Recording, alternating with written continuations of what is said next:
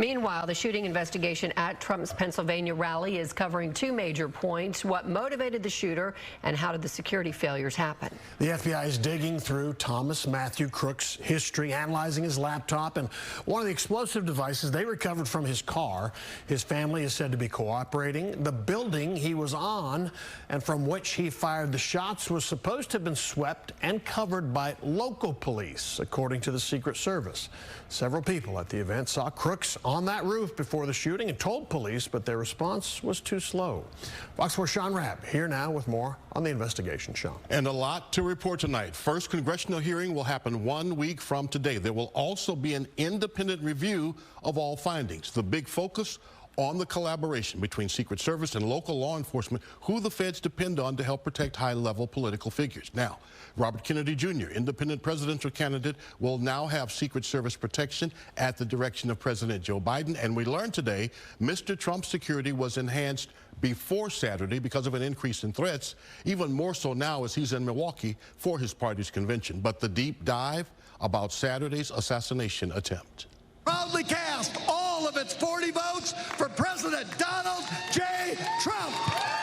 The Republican National Convention opened nominating former President Donald Trump as the party's official candidate to run for the White House, under heavy security after an attempt on his life Saturday.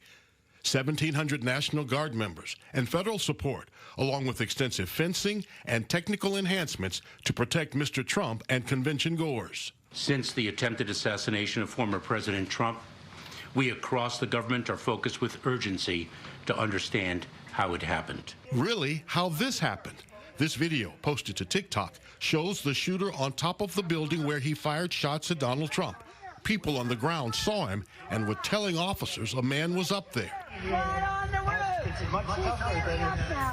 Homeland Security Secretary Alejandro Mayorkas would not address questions about the building the shooter was on, citing an independent investigation.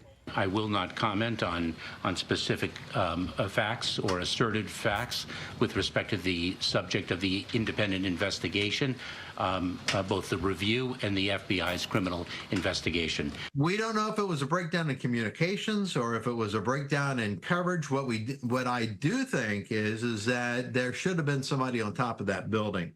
Retired FBI agent Kenneth Gray, now professor at the University of New Haven, says Secret Service uses a concentric circle model for protection at outdoor venues. The inner circle, closest to the stage, protected by the federal agents.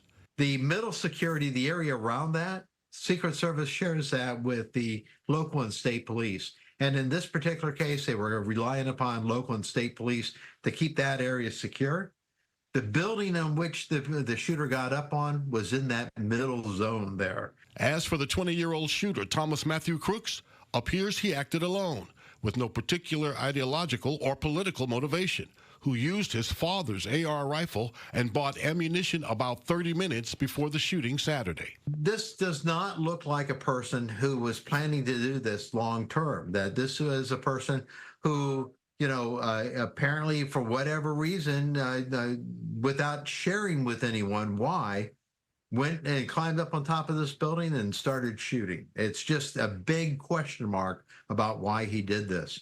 Security consultant Craig Miller has been a big school district police chief and deputy chief in Dallas Police, working many presidential and dignitary details in special operations.